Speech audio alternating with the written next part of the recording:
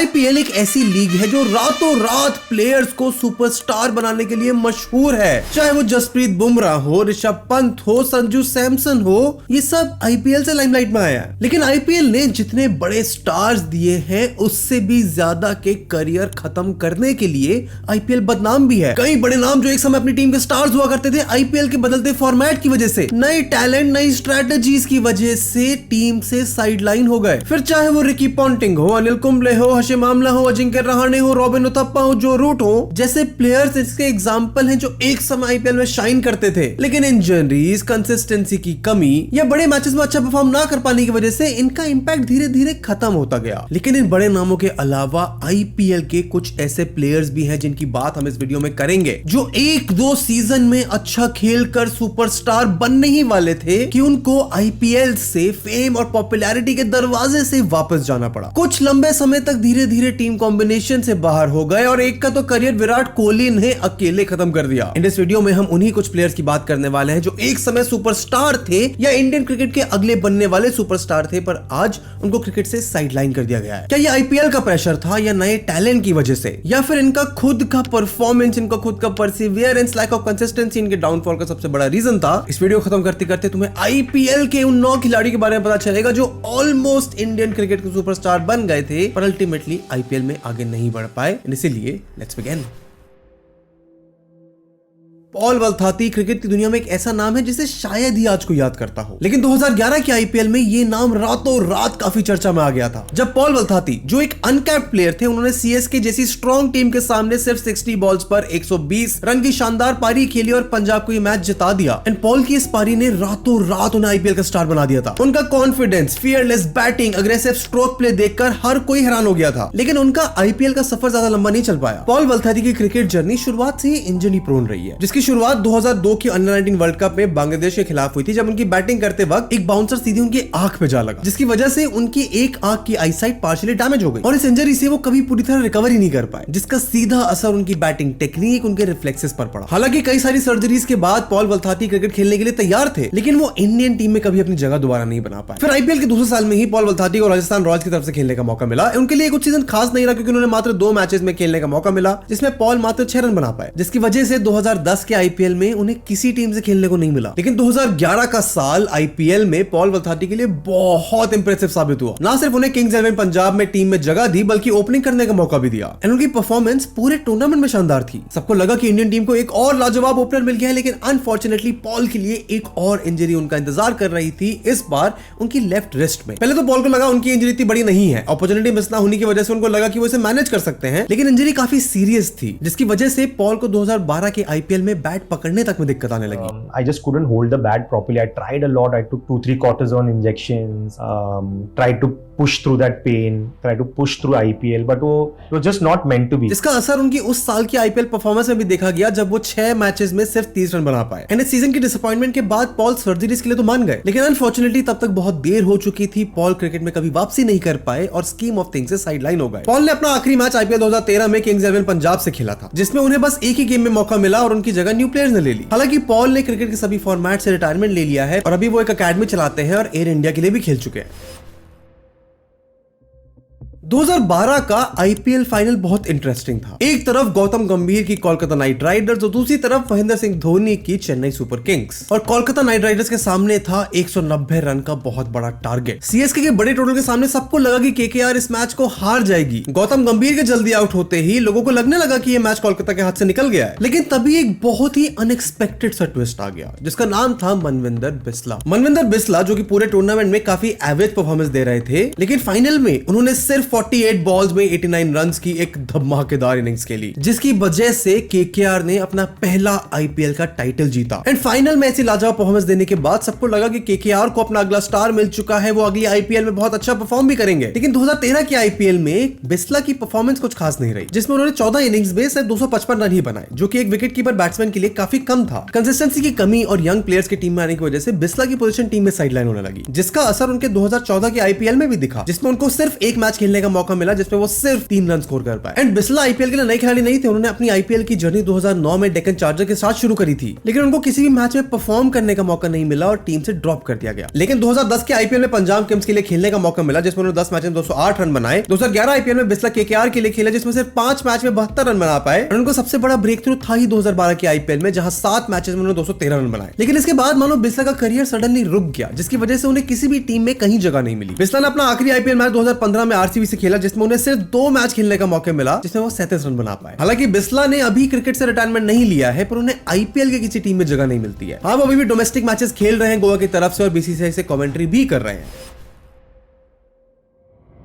अगर बात हो आईपीएल के फॉरगॉटन हीरोज की तो कोई लेफ्ट हैंडेड धोनी कहे जाने वाले सौरभ तिवारी को कैसे भूल सकता है। उनके धोनी जैसे लुक और अग्रेसिवली खेलने के अंदाज से सभी को लगा कि इंडियन टीम को एक और धोनी मिल गया, लेकिन उनकी ये स्टार बनने की पोटेंशियल वाली क्रिकेट जर्नी ऐसे खत्म होगी ये किसी ने नहीं सोचा था। सौरभ जो कि धोनी की तरह रांची से हैं, उनकी आईपीएल जर्नी 2008 में मुंबई इंडियंस से स्टार्ट हुई थी, लेकिन 2010 का आईपीएल था जो उनके क्रिकेट करियर का सबसे बड़ा टर्निंग पॉइंट बना, जहां फाइनली उन्हें मुंबई इंडियंस के लिए खेलने का मौका मिला। इस मौके को ना गवाते हुए सौरभ ने अपने पहले ही सीजन में 16 मैच में 419 रन बना दिए, जो कि उस सीजन में मुंबई इंडियंस के लिए सचिन तेंदुलकर के बाद सेकंड हाईएस्ट था। सौरभ तिवारी का बैटिंग स्टाइल, उनकी फिनिशिंग, अग्रेसिव लुक को देखकर लोग उन्हें इंडिया का फ्यूचर मिडिल ऑर्डर स्टार बोलने लगे और उनका कंसिस्टेंटली टूर्नामेंट में अच्छा परफॉर्म करना, जिसकी वजह से उन्हें 2010 के emerging player of the tournament का अवार्ड भी मिला। एंड आईपीएल 2010 की लाजवाब परफॉर्मेंस के बाद सौरभ तिवारी को इंडियन टीम के लिए 3 ओडीआई मैचेस खेलने का मौका भी मिला, लेकिन वो आईपीएल की कंसिस्टेंसी को ओडीआई में कंटिन्यू नहीं कर पाए। अब सबको उम्मीद थी कि 2010 की आईपीएल में अवार्ड जीता, अच्छा परफॉर्म किया, इसका मतलब यही होगा कि अगली आईपीएल में भी वो लाजवाब परफॉर्मेंस देंगे, इसलिए सौरभ को आरसीबी ने 7.5 करोड़ में खरीदा। लेकिन सौरभ अपना 2010 का फॉर्म 2011 की आईपीएल में कंटिन्यू नहीं कर पाए और 16 मैचेस में सिर्फ 187 रन बना पाए। उसके बाद मानो 2011 और 2013 के बीच में उनका फॉर्म धीरे धीरे गिरता ही गया, जिस वजह से आरसीबी ने भी उन्हें टीम से ड्रॉप कर दिया। फिर उन्हें दिल्ली और पुणे की टीम से खेलने का मौका मिला, लेकिन वो कभी भी अपने 2010 वाले पीक पर दोबारा नहीं जा पाए। 2017 में उन्हें फिर से एक मौका मिला जब उन्हें वापस से मुंबई इंडियंस ने अपनी टीम में शामिल किया, लेकिन यंग प्लेयर्स होने की वजह से उनको टीम सिलेक्शन में ज्यादा तवज्जो नहीं दी जाती थी। उनकी गिरती हुई फॉर्म से मानो उनका कंट्रीब्यूशन टीम में लगभग खत्म हो गया था, जिस वजह से उन्हें एक ही मैच खेलने का मौका मिला, लेकिन वो उसमें भी अच्छा परफॉर्म नहीं कर पाए और उन्हें एमआई से भी ड्रॉप कर दिया गया। और सौरभ की कहानी, उनका पोटेंशियल इतना अच्छा था कि 2020 में फिर उन्हें एमआई से खेलने का मौका मिला, लेकिन शायद तब तक बहुत देर हो चुकी थी। 2021 में अपना आखिरी आईपीएल खेलने के बाद और शायद यंग प्लेयर्स के आने की वजह से सौरभ ने क्रिकेट के हर फॉर्मेट से रिटायरमेंट ले लिया और अब वो यंग प्लेयर्स को गाइड कर रहे हैं। एंड सौरभ तिवारी के उपलक्ष्य में लोग बस ये सवाल पूछते हैं कि शायद उनको और मौके मिलने चाहिए थे, तो वहीं दूसरी तरफ लोग कहते हैं कि उनका ये डाउनफॉल उनकी इनकंसिस्टेंसी की वजह से ही था।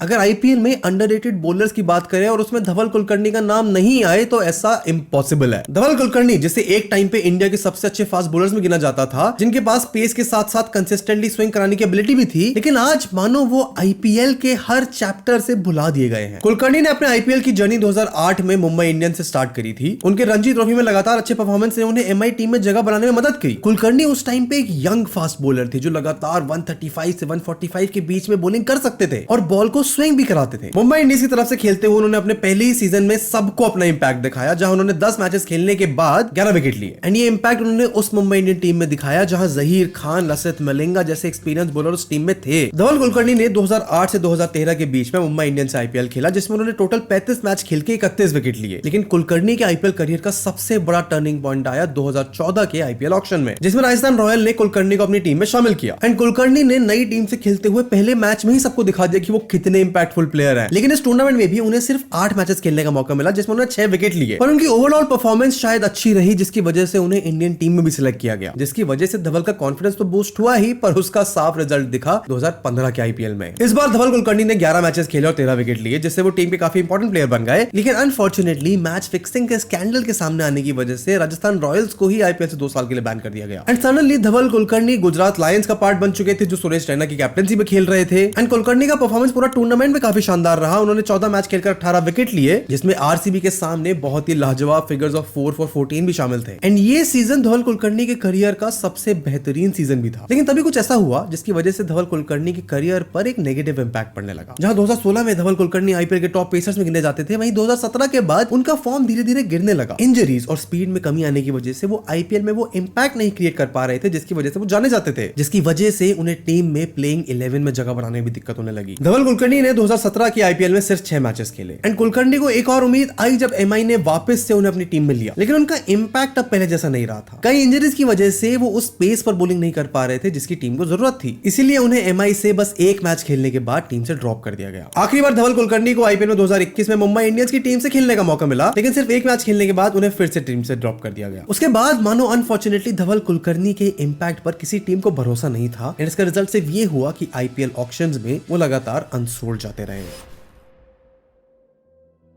कामरान खान एक और काफी अंडररेटेड फास्ट बॉलर जिन्हें आईपीएल में अपनी परफॉर्मेंस के लिए नहीं पर इस फैक्ट के लिए ज्यादा तवज्जो दी जाती थी कि उनके पास एक यूनिक एक्शन और रिवर्स स्विंग कराने की एबिलिटी भी है। वो अपने पहले ही आईपीएल सीजन में काफी फेमस हुए एंड कामरान खान जो उत्तर प्रदेश के एक छोटे से गांव से बिलोंग करते हैं, एक गरीब परिवार में पैदा होने के बावजूद उनका क्रिकेट का वो जुनून ही था बिना किसी प्रोफेशनल कोचिंग के जो उन्हें आईपीएल तक ले आया। उनका कोई फॉर्मल कोचिंग बैकग्राउंड नहीं था, लेकिन फिर भी वो कंसिस्टेंटली 140 प्लस की पेस से बॉलिंग करते थे, जिसे राजस्थान रॉयल्स के स्काउट ने उन्हें ट्रायल मैचेस में देखा और आईपीएल की टीम में शामिल कर लिया। 2009 में कामरान खान ने अपना आईपीएल डेब्यू करा और अपनी रॉ पीस से सबको हैरान कर दिया। उन्हें महज 5 आईपीएल मैचेस खेलने का मौका मिला अपने डेब्यू सीजन में, जिसमें उन्होंने 6 विकेट लिए, लेकिन इनका सबसे यादगार मोमेंट तब आया जब उन्होंने केकेआर के खिलाफ सिर्फ 18 रन देकर 3 विकेट लिए, जिसमें ब्रेंडन मैकलम, क्रिस गेल और लक्ष्मी शुक्ला जैसे बड़े नाम शामिल थे। एंड इस मैच के बाद कामरान खान मानो रातों रात एक सुपरस्टार बन चुके थे। लेकिन तभी कुछ ऐसा होता है जिसके बाद कामरान की जिंदगी पूरी पलट गई, क्योंकि 2009 में ही उनके बॉलिंग एक्शन पर सवाल उठने लगे। एल्बो एक्सटेंशन ज्यादा होने की वजह से उनकी बॉलिंग एक्शन इलीगल माना जाने लगा और उन्हें मॉडिफाई करने का टाइम भी दिया गया, लेकिन इससे कामरान की पेस काफी गिर गई। उनका इंपैक्ट जो वो ग्राउंड पर लेके आते थे वो खत्म हो गया और 2010 में राजस्थान रॉयल्स ने उन्हें टीम से ड्रॉप कर दिया। 2011 में पुणे वॉरियर ने फिर से उन्हें एक और मौका दिया, लेकिन वो अपनी पहली वाली फॉर्म कहीं वापस नहीं ला सके। उन्होंने सिर्फ एक मैच खेला, कुछ खास परफॉर्मेंस नहीं करी और टीम से ड्रॉप हो गए। उसके बाद कामरान खान को 2012 से किसी भी आईपीएल टीम में जगह नहीं मिली, जिसकी वजह से कामरान ने क्रिकेट को प्रोफेशनली तो छोड़ दिया, लेकिन आज वो उत्तर प्रदेश में क्रिकेट कोचिंग देते हैं और नए फास्ट बॉलर्स को ट्रेन करते हैं। एंड हम बस यही सोच सकते हैं कि अगर उन्हें प्रॉपर टाइम, प्रॉपर कोचिंग मिलता तो शायद उनकी रॉ पेस को हम एक नेशनल लेवल पर यूज कर पाते।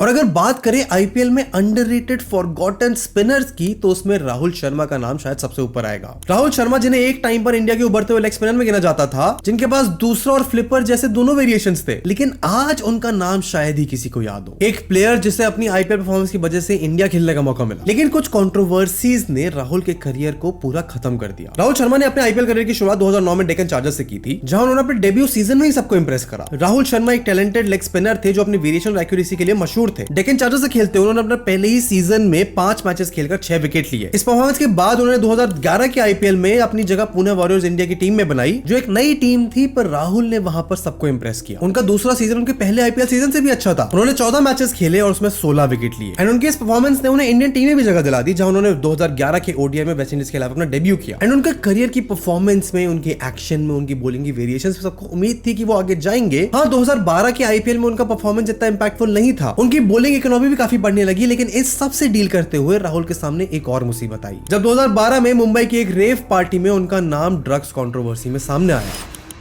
इसकी वजह से उनका आईपीएल करियर मानो एकदम से खत्म हो गया। 2014 के आईपीएल में दिल्ली डेयरडेविल्स ने राहुल को एक और मौका दिया, लेकिन वो अपने पहले वाली फॉर्म कहीं वापस नहीं ला सके। सिर्फ 4 मैच खेले, अच्छा परफॉर्म नहीं किया, उन्हें टीम से ड्रॉप कर दिया गया। अब राहुल शर्मा प्रोफेशनल क्रिकेट से तो रिटायर हो चुके हैं एंड डोमेस्टिक टूर्नामेंट्स में कोचिंग और मेंटरिंग करते हैं। अगर बात करें कुछ ऐसे आईपीएल प्लेयर्स की जो एक सीजन में सबको हैरान कर गए अपनी परफॉर्मेंस से, तो स्वप्निल अस्नोडकर का नाम जरूर आएगा। स्वप्निल अस्नोडकर एक छोटी हाइट वाले अटैकिंग बैट्समैन जिसने आईपीएल के 2008 सीजन में अपनी फेयरलेस बैटिंग से सबको अपना दीवाना बना दिया था। स्वप्निल अस्नोडकर की आईपीएल करियर भी काफी इंटरेस्टिंग रही है, जब उन्होंने छोटे से डोमेस्टिक लीग से अपनी पहचान आईपीएल में बना ली। 2007-2008 की रणजी ट्रॉफी में उनके कमाल की परफॉर्मेंस को देखते हुए उन्हें राजस्थान रॉयल्स ने अपनी टीम में न सिर्फ शामिल किया बल्कि ओपनिंग करने का मौका भी दिया। यह साल मानो स्वप्निल के करियर का सबसे अच्छा साल था, जिसमें उन्होंने सिर्फ 9 मैचेस खेले और 311 रन बनाए। उनका स्ट्राइक रेट 133 का था, जो उस टाइम के हिसाब से एक अटैकिंग ओपनर के लिए बहुत लाजवाब था। उन्होंने आरआर को काफी इंपॉर्टेंट मैचेस जिताने में बहुत बड़ा रोल भी निभाया, लेकिन उनका फॉर्म 2009 के आईपीएल आते आते कहीं खो गया। उस सीजन उन्हें सिर्फ 8 मैचेस खेलने का मौका मिला, जिसमें वो सिर्फ 98 रन बना पाए और 2011 के आईपीएल ऑक्शन में वो अनसोल्ड रहे, जिसकी वजह से धीरे धीरे वो आईपीएल और डोमेस्टिक क्रिकेट से भी बाहर हो गए। 2013-14 के बाद उन्होंने डोमेस्टिक क्रिकेट भी छोड़ दिया और कोचिंग और कमेंट्री में अपना करियर शुरू किया। आईपीएल में कुछ ऐसे प्लेयर्स भी हैं जो अपनी लाजवाब परफॉर्मेंस के बावजूद अपने करियर को किसी और प्लेयर की परफॉर्मेंस की वजह से खो बैठे एंड उनमें से एक है शिविल कौशिक। शिविल कौशिक ने अपना आईपीएल डेब्यू 2016 में गुजरात लायंस से किया था। उनके यूनिक बॉलिंग स्टाइल और परफॉर्मेंस ओवर द टूर्नामेंट काफी सही था, जिसमें उन्हें 7 मैचेस खेलने का मौका मिला। उन्होंने 6 विकेट्स भी लिए, लेकिन उनका एक आने वाला मैच जो आरसीबी के खिलाफ था, मानो उस अकेले मैच ने उनका करियर खत्म कर दिया। उस सीजन आरसीबी के प्लेयर्स टूर्नामेंट में जबरदस्त फॉर्म में थे और गुजरात लायंस का अगला मैच बैंगलोर में उन्हीं के खिलाफ होने वाला था। एंड 2016 की आईपीएल सीजन तो एबी डिविलियर्स और विराट कोहली दोनों के लिए एक आइकॉनिक सीजन रहा है। उस सीजन दोनों अनमैच्ड फॉर्म में थे, लेकिन शिविल कौशिक के लिए यह मैच कोई बुरे सपने से कम नहीं था। शिविल कौशिक के एक ही ओवर में विराट ने 30 रन बना दिए और उनके कॉन्फिडेंस से मानो कौशिक का कॉन्फिडेंस पूरा टूट गया। इस मैच में शिविल कौशिक सबसे ज्यादा रन देने वाले बॉलर थे, जिसकी वजह से ये गुजरात मैच हारी भी। एंड इस मैच के बाद ही शिविल कौशिक का डाउनफॉल मानो शुरू हो गया। हालांकि उन्हें 2017 में फिर से गुजरात लायंस के लिए खेलने का मौका मिला, लेकिन इस बार उन्हें सिर्फ 3 मैचेस खेलने को मिले और इसमें वो कोई भी विकेट नहीं ले पाए। उनकी इस इनकंसिस्टेंसी की वजह से उन्हें टीम से ड्रॉप कर दिया गया। 2018 के आईपीएल ऑक्शन में वो अनसोल्ड भी रहे एंड उनका बॉलिंग एक्शन जो उनका बिगेस्ट एसेट था और उनके डाउनफॉल का एक सबसे बड़ा कारण भी। कंट्रोल और कंसिस्टेंसी की कमी की वजह से उनका आईपीएल करियर सिर्फ 10 मैचेस तक ही सीमित रह पाया। एंड शिविल कौशिक अब क्रिकेट से मानो बिल्कुल दूर हो चुके हैं। उन्हें किसी भी डोमेस्टिक या इंटरनेशनल लीग में खेलते हुए नहीं देखा जाता। एंड शिविल कौशिक जिन्होंने अपना नाम बनाया था अपने यूनिक एक्शन की वजह से, पॉपुलैरिटी भी गेन करी, लेकिन इस बात को भी प्रूव कर दिया कि सिर्फ एक यूनिक एक्शन होने से कोई प्लेयर सक्सेसफुल नहीं बन सकता। एंड इस लिस्ट में हमारे आखिरी प्लेयर की बात करने के लिए याद करना पड़ेगा वो टाइम जब डेक्कन चार्जर्स के बैटिंग लाइनअप में एडम गिलक्रिस्ट और रोहित शर्मा जैसे बड़े नाम शामिल थे, लेकिन उनके बॉलिंग अटैक में सिर्फ प्रज्ञान ओझा एक सबसे बड़े मैच विनर के रूप में बनकर उभरे। जहां 2009 का आईपीएल सीजन तो प्रज्ञान ओझा के लिए एक ड्रीम रन था। उन्होंने 18 विकेट्स लिए और टूर्नामेंट के टॉप विकेट टेकर्स में आए। उनके योगदान की वजह से ही डेक्कन चार्जर्स उस साल का आईपीएल फाइनल जीत पाई, जिसमें उन्होंने 28 रन देकर 3 विकेट हासिल किए। लेकिन उनके करियर का सबसे बड़ा पीक मोमेंट आया 2010 में, जब वो 16 मैचेस में 21 विकेट लेकर पर्पल कैप भी जीते। 2012 के आईपीएल ऑक्शन में मुंबई इंडियंस ने टीम में शामिल किया, जहां उनको हरभजन सिंह और लसित मलिंगा जैसे बड़े प्लेयर्स के साथ बॉलिंग करने का, टीम शेयर करने का मौका भी मिला। हाँ, इस सीजन उनकी परफॉर्मेंस कुछ खास नहीं थी। उन्होंने 9 मैचेस में 9 विकेट लिए, लेकिन अगले साल प्रज्ञान ने फिर से एक लाजवाब कमबैक किया। 2013 में मुंबई इंडियंस ने पहली बार आईपीएल ट्रॉफी जीती और प्रज्ञान ओझा इस जीत में सबसे बड़े हाथ थे, जिसमें उन्होंने 16 मैचेस खेले और 16 विकेट लिए। हालांकि नंबर्स वाइज उनका ये परफॉर्मेंस पिछले टूर्नामेंट से बेहतर नहीं था, लेकिन इस जीत के बाद प्रज्ञान ओझा का करियर मानो ड्विंडल सा होने लगा। 2014 से ही प्रज्ञान ओझा आईपीएल और इंटरनेशनल करियर दोनों में अच्छा परफॉर्म नहीं कर पाए। एक तरफ नए स्पिनर जैसे रविंद्र जडेजा, अक्षर पटेल और कुलदीप यादव इमर्ज हो रहे थे, वहीं प्रज्ञान ओझा का इंपैक्ट धीरे धीरे कम होने लगा। 2014 की आईपीएल में उनकी परफॉर्मेंस काफी एवरेज रही। उन्होंने 12 मैचेस में 4 विकेट लिए। 2015 में भी उन्हें बस एक ही मैच खेलने का मौका मिला, जिसके बाद एमआई ने भी उन्हें टीम से ड्रॉप कर दिया और फिर प्रज्ञान को किसी भी आईपीएल स्क्वाड में जगह नहीं मिली और आज वो एक कमेंटेटर और मेंटोर के रूप में अपनी क्रिकेटिंग जर्नी को कंटिन्यू कर रहे हैं। एंड ये थे आईपीएल के कुछ मशहूर प्लेयर जो अपनी परफॉर्मेंस की वजह से रातों रात पॉपुलर हुए, लेकिन धीरे धीरे कई कारणों की वजह से स्पॉटलाइट से दूर भी हो गए। एक वक्त था जब ये प्लेयर्स हेडलाइंस में थे, लेकिन आज हम इन्हें सिर्फ आईपीएल की हाइलाइट्स में याद करते हैं। कारण बहुत है, प्लेयर्स को इंजरीज, फॉर्म की कमी, नए प्लेयर्स का आना और प्लेयर्स का खुद का बैड लक, जिसकी वजह से उनका करियर लंबा नहीं चला। एंड इनकी जर्नी एक एग्जांपल है कि आईपीएल में शायद जितना आसान है एक रात में पॉपुलैरिटी पाना, उतना ही मुश्किल है उस सक्सेस को कंटिन्यू करना। तो मुझे बताओ, इन प्लेयर्स के अलावा ऐसा कौन सा आईपीएल का प्लेयर है जो सुपरस्टार बन सकता था पर लोग उसे भूल गए? कमेंट सेक्शन में ऐसी क्रिकेट के ऊपर deep dives videos, documentary style video तुम्हें पसंद है तो चैनल को सब्सक्राइब करो, क्योंकि ऐसी वीडियो तुम्हारे लिए हर हफ्ते लेके आते हैं। इस वीडियो को लाइक करो and I will see you in the next one. Bye.